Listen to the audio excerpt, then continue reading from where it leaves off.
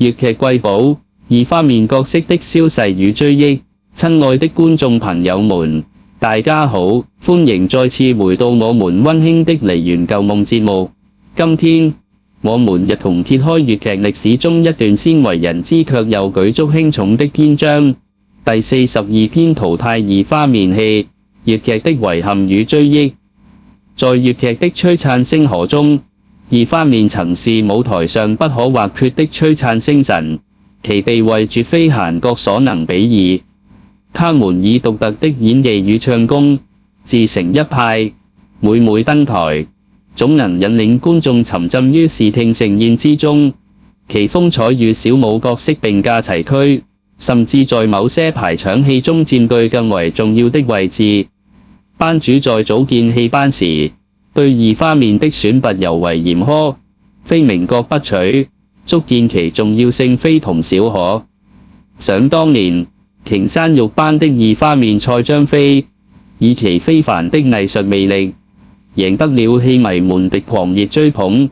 即便是與小武周如利同台，亦毫不遜色，甚至風頭更勁。他飾演的張飛，活靈活現，豪氣干雲，無論是武打場面還是唱腔表現，都令人拍案叫絕，彷彿將易得在世。正因如此，他的名字蔡張飛成為了觀眾心中不可磨滅的印記。每有他的演出，必定座無虛席，熱鬧非凡。二花面在粵劇中的角色多樣，無論是與正印花旦共演的《霸王別姬》，還是與武生合作的《五郎救弟》，亦或是與小武男丑同台的《胡灰賣人頭》，都能見到他們精彩的身影。而黃燕張撐道更是他們的拿手好戲，每一次演繹都能引發觀眾的熱烈反響。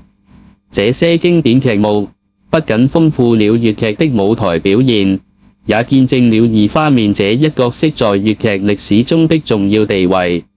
然而，令人遺憾的是，隨着時代的變遷，粵劇中的二花面角色逐漸淡出了人們的視線。這一曾經輝煌的角色，如今卻先笑再見。